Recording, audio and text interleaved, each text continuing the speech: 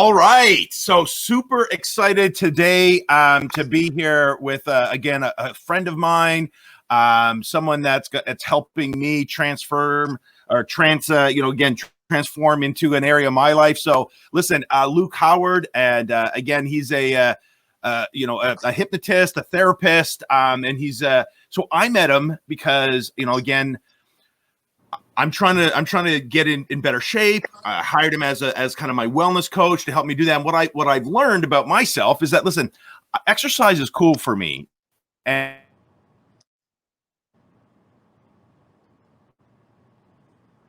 we're gonna have some internet issues, but I can change my habits.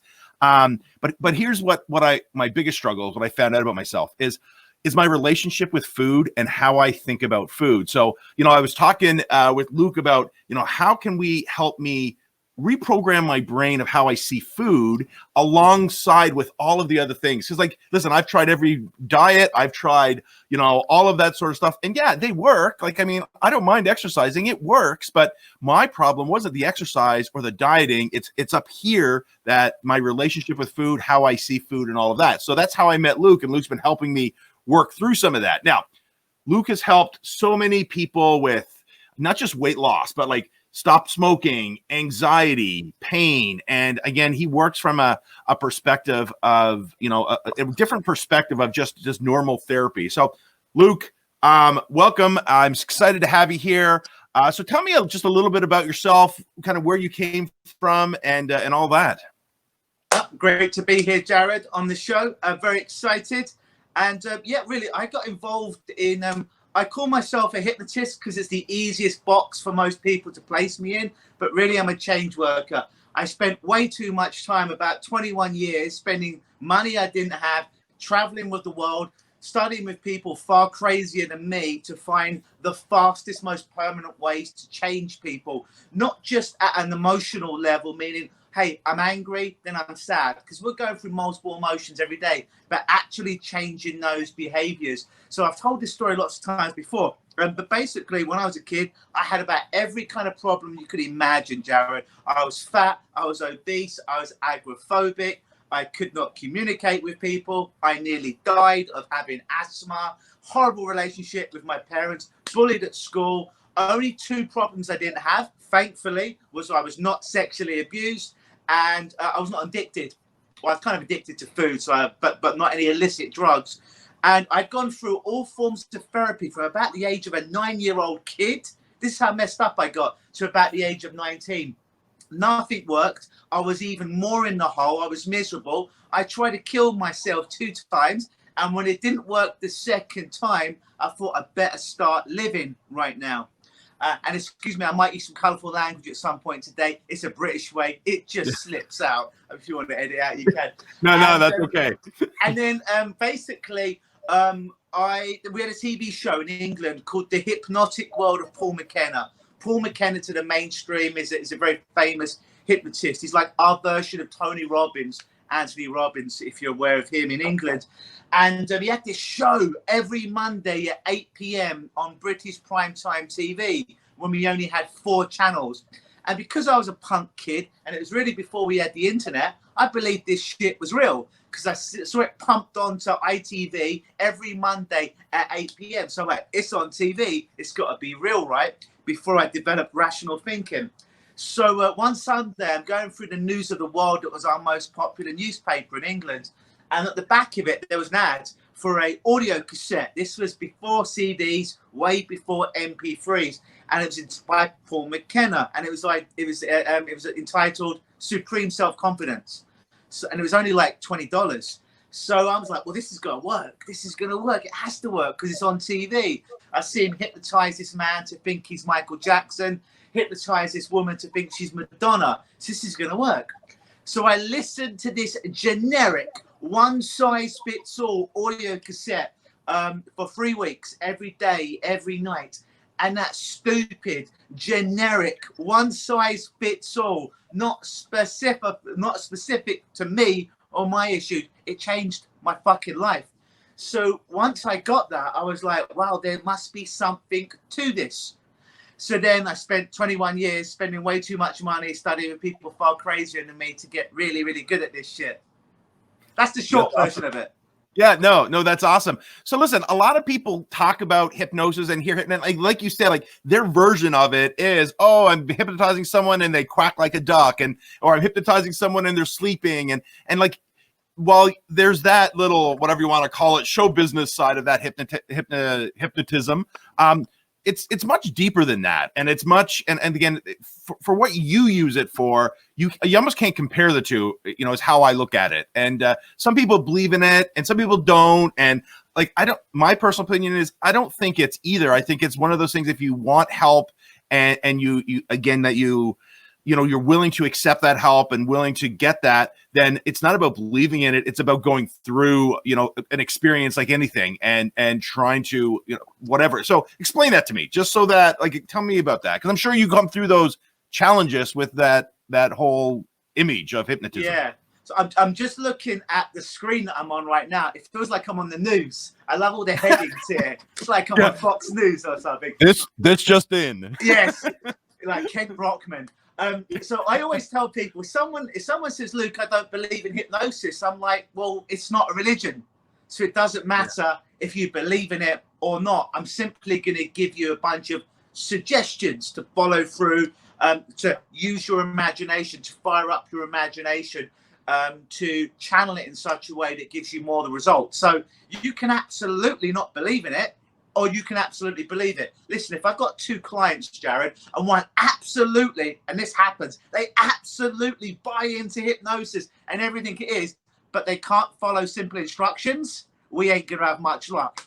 If I have someone who, like, look, I don't believe in this, I think it's a crock of shit, to which I say, yeah, me too, but can you follow some simple instructions? They're like, well, sure, I'm not an idiot. I dress myself, I've got a job.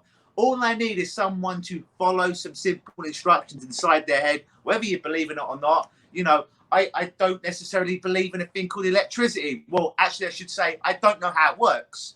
I don't know how electricity works. Most of the smartest brains in the world have tried to describe it, but we still can't quite channel it down. I've got this thing called an iPhone. I'm sending messages and texts to my girlfriend, every day. I don't know how that text gets from A to B. I just know how to do it, and it gets there. She can read it and she can send me something. So a lot of people, if I'm at an expo or something, people will come up to me like, oh, hypnosis, explain it to me. To which I say, I could bore the hell out of you for the next 45 minutes, or I could just do it to you. What would you prefer? They're like, what, you could do it right here, right now, 1,000 people around us? I'm like, yeah, close your eyes, put your feet together. And people almost act a bit shocked that it can be that fast. But that's all I essentially need, is someone to put their hand up and say, yes, I don't know if I believe in it, but I'm open. Let me experience some hypnosis.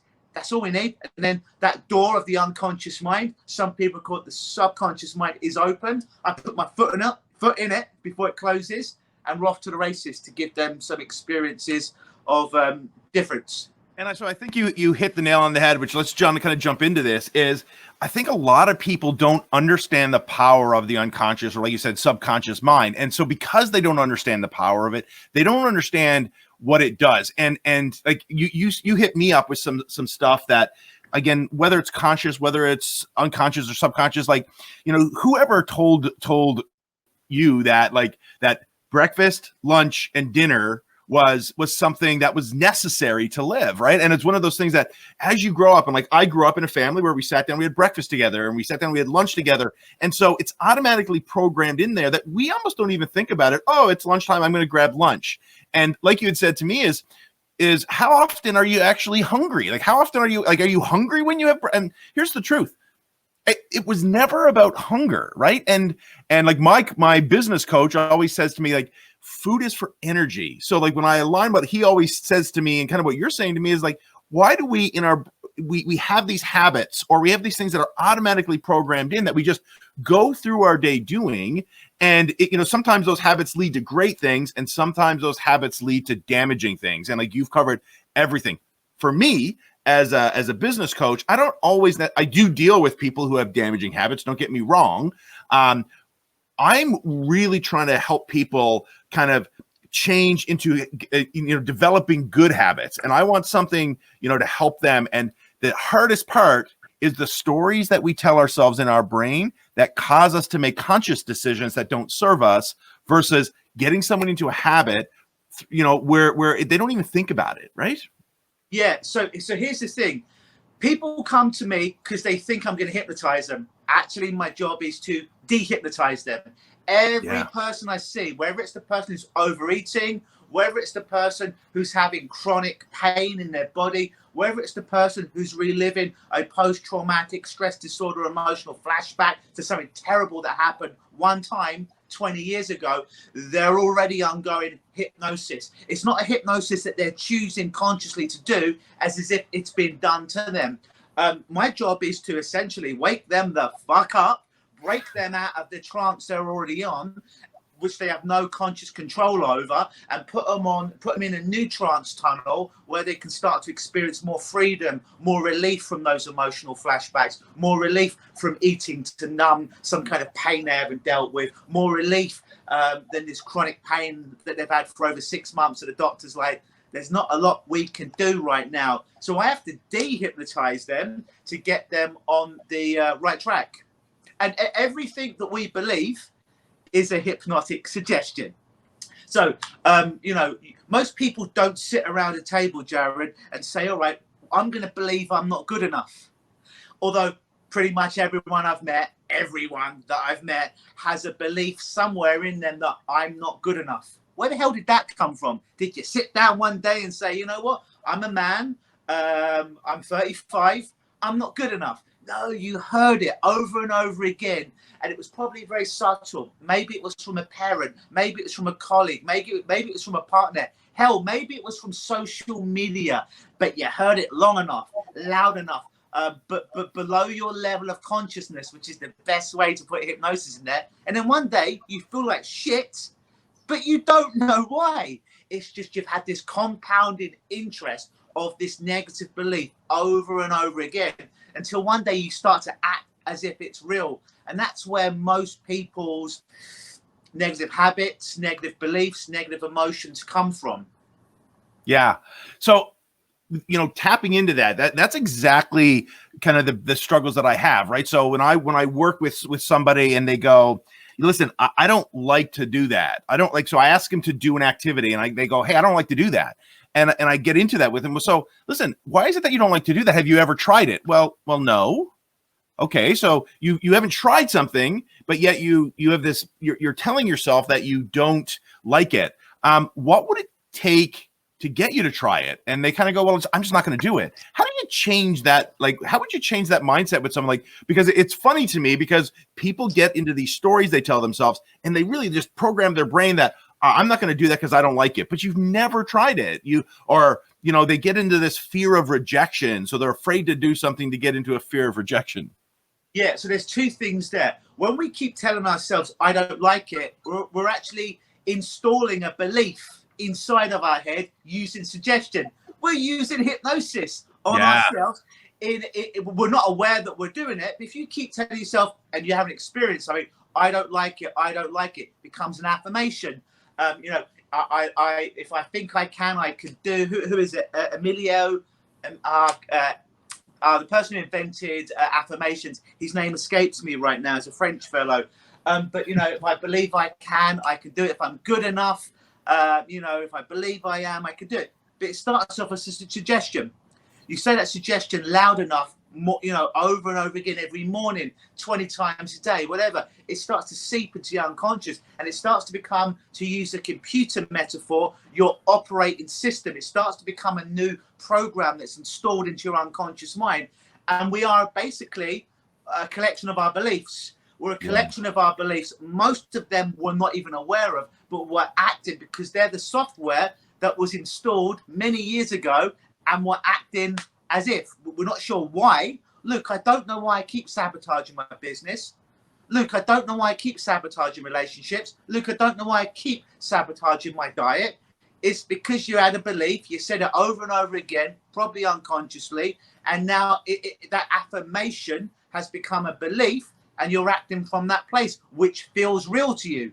It's not real. It's just a story you've told yourself over and over again, but because you've brainwashed yourself, which a lot of people think hypnosis is, you've already brainwashed yourself, or you've already allowed yourself unconsciously to be brainwashed by society, a negative partner, social media, to make yourself feel shitty. Yeah.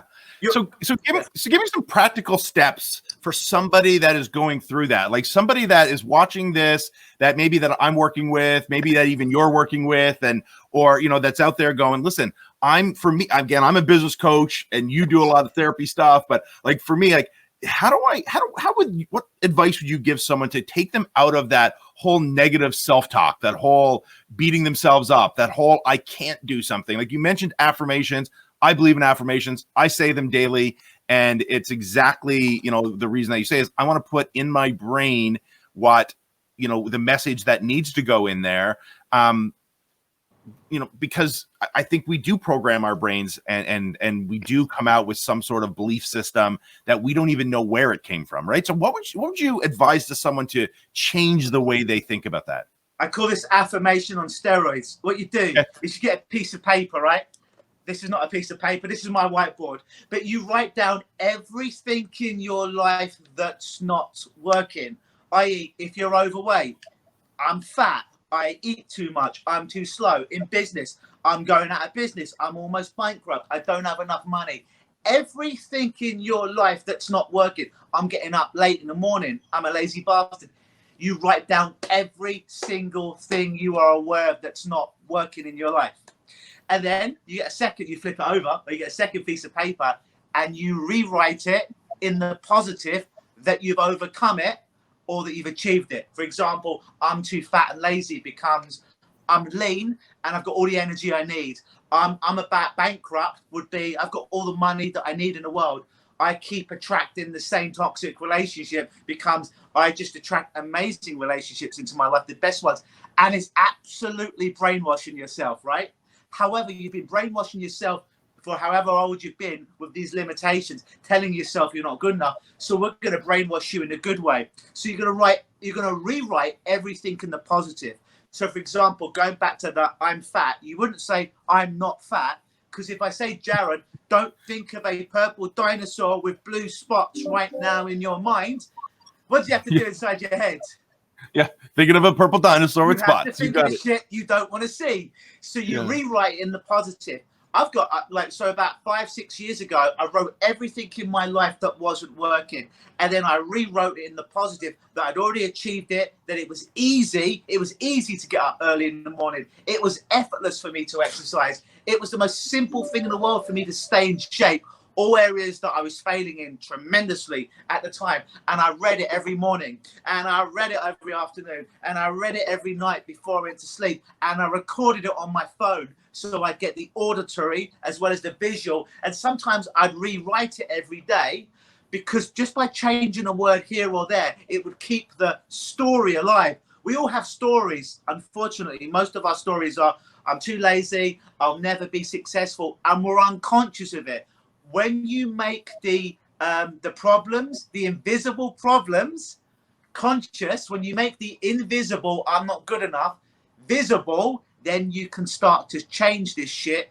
And one of the quickest ways without hypnosis is just write down everything that's not working, because everything that's not working is directing you back to a faulty belief that you have inside your head that you can't do it, you'll never have it, you'll never be successful. So make the invisible visible, rewrite it in the positive like you've already had it, and fucking brainwash yourself every day. See it on the piece of paper, hear it on your audio, say it out loud. And when you say it out loud, don't be like, oh, I'm really confident and I have all the energy in the world. No, brainwash, be a method actor, be like Robert De Niro. I have all the energy in the world.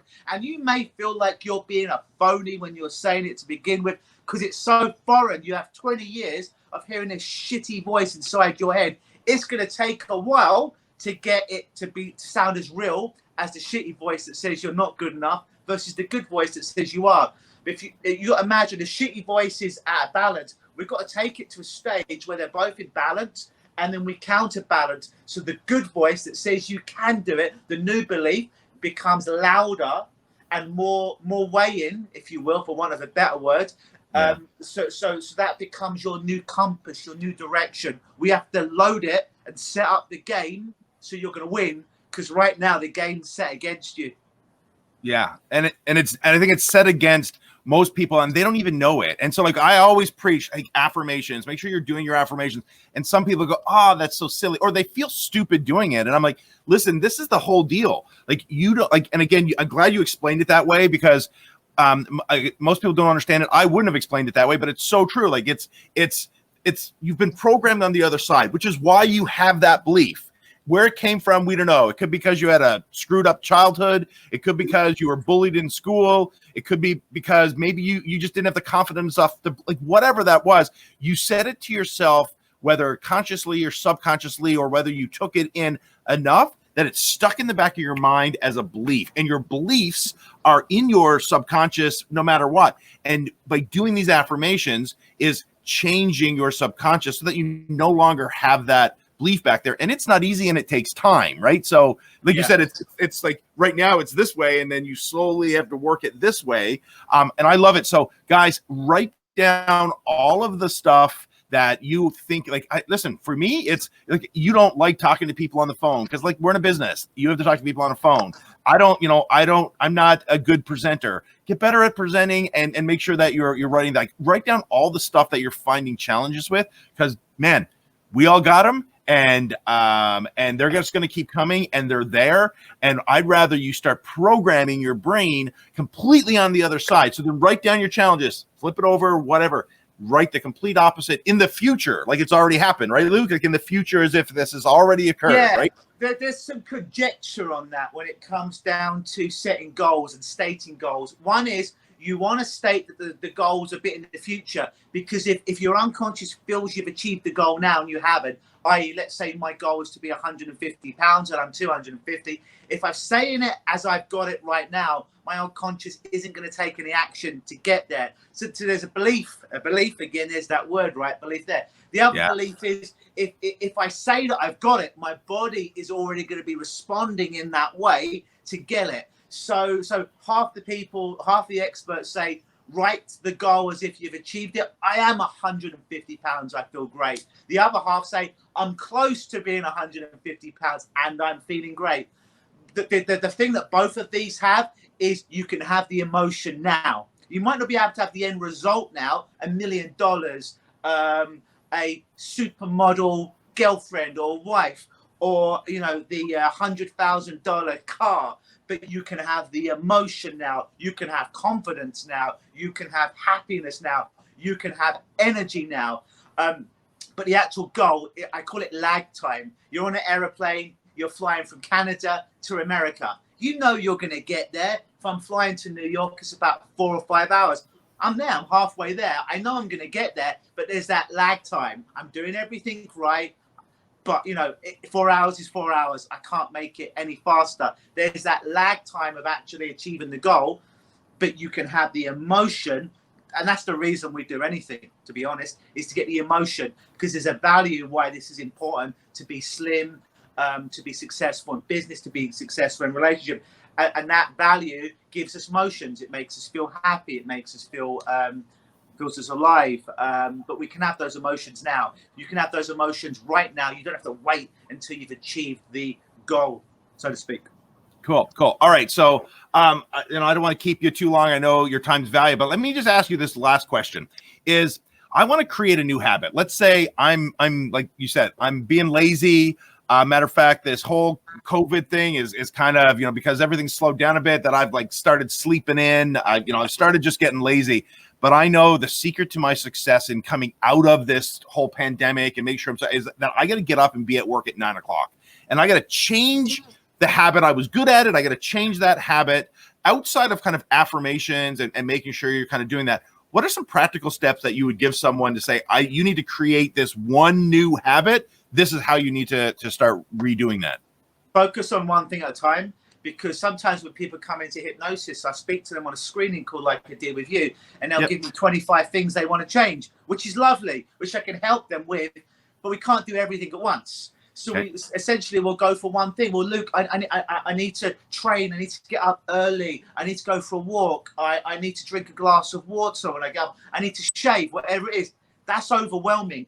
And when we get overwhelmed, the structure of overwhelm is most people feel that the stuff is above their head, pushing down, to use a metaphor universally with a lot of people. Overwhelming is almost like you're juggling with too many balls, and then they don't want to do anything. So one thing I teach people, whether it be through hypnosis, which is the fastest way, you can do this without hypnosis, it just takes a bit longer, is whenever you imagine the 10 things you have to do in the next hour, just imagine that you're standing on those things, that those things, those 10 balls, those 10 things you're standing on, or instead of them over your head, they're actually underneath your feet. Then suddenly it's still 10 things you need to do, but you feel completely different. It's a weird brain hack, but then you still feel a lot more in control, because if we feel overwhelmed, we don't want to do anything. If we're standing on them, that overwhelm just dissipates. That's interesting. So my coach always said to me, because I overwhelm is a word that I used a lot. He'd always say, "You're not overwhelmed, you're underplanned." So like, it's funny that you say put them on your feet, under your feet, because like that's like when they're putting them in their plan and you're planning everything and you're submitting to that plan and you're doing that. That's sort of kind of what you're doing, is you're putting it under your feet and you're standing up and you're gaining control over the things that you think are out of control. Right? Absolutely. Yeah. And by the way, we don't control anything, at least consciously. A lot of clients come to me, "Look, I want to be in control." Or one of their things about hypnosis is, "I don't want to be out of control." "Oh my God, Luke, are you going to control me?" Right? That's oftentimes when people come to me and have an attitude about hypnosis, after further investigation, almost all of the time, it's simply that they're scared. They're scared of, holy shit, what if this works? And what about this crazy man with 48 tattoos is going to control my mind, all right? But the thing is, no one's in control consciously. They did in England, we have a thing called Open University. In fact, it's the big, I don't know if you've ever heard of it. Have you, Jared? Open I have University. not. Nope. It's the biggest online university in the world. It's been around 50 years, but it's legit all around the world. And they have programming on the BBC. When the BBC in England goes off there about 1 a.m. every night, Open University is on for 5 or 6 hours, and we watch these shows at university or school. Anyways, long story short, there was a documentary, and I believe it was something along the lines of free will, proving if free will existed. You can find this on YouTube somewhere. Type Open University free will. Basically, what they did is they got people to go into a fMRI machine or a CAT scan, can't remember which one, and they gave people buttons to press, a button in their right hand, a button in their left hand. And all the people were asked to do by the neuroscientist is think about which button you want to press. Okay, I think I want to press the right button. Count to 5 in your brain, then press the button. Now, their brain scan is being pumped into the machines, into the computers through the glass that the neuroscientists are observing. In 100% of the cases, and they did this with hundreds of people, different races, different genders, different ages, different mental health. In 100% of the cases, the neuroscientist could predict what button everybody would press 7 seconds before they made the conscious decision, which was 5 seconds before they pushed the button. Because a certain hemisphere, a certain activity in that part of the brain that would be linked to those muscles and tendons would fire off, which meant before we even consciously decided which button to press, our unconscious, some people call it the subconscious, had already made the decision 7 seconds before. The conscious mind then came online to want to feel like it was important to confirm it, and then they pushed it. So you or I ain't controlling anything consciously.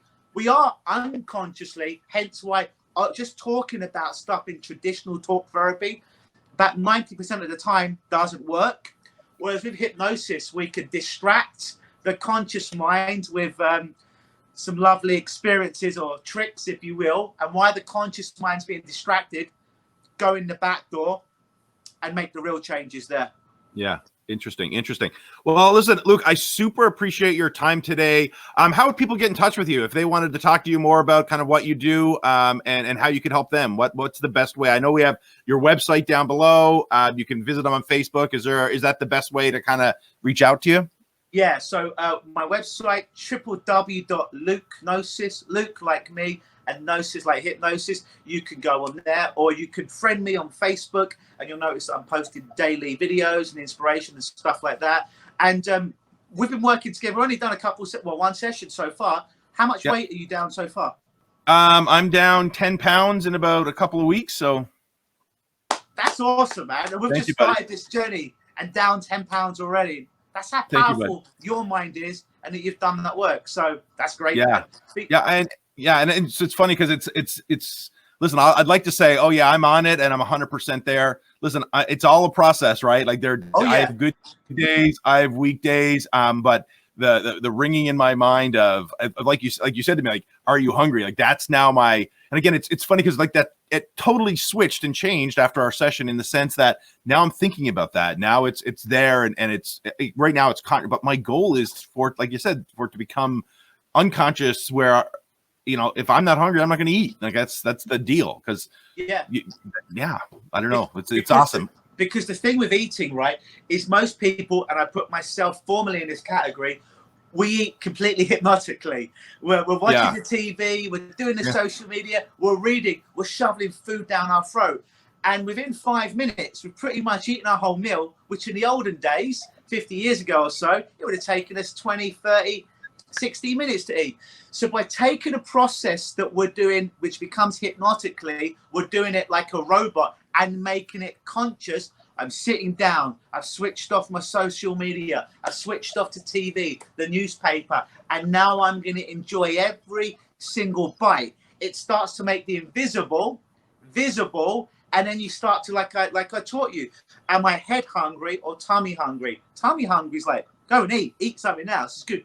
But if it's head hungry, it's like, I'm bored, I'm tired, I'm emotional, I'm angry, I'm trying to numb something, which is not hunger at all. It's just an emotion that needs to be resolved. But once you become that and you ask yourself, truly, am I head hungry or am I tummy hungry? That's the first gateway. And if you're head hungry, teaching people how to deal with those emotions. But if they're tummy hungry, by all means eat. But most of us, most of the time, eat because we're head hungry, because it's a routine, because it's a cultural hypnosis, a global hypnosis, and we're eating and we're not even hungry. It's just a routine or a habit. And what's interesting, it wasn't even that I wasn't hungry. And again, like I said, I haven't been perfect by no means. And I've taken your advice of, hey, when you eat, turn off everything and sit and enjoy the food.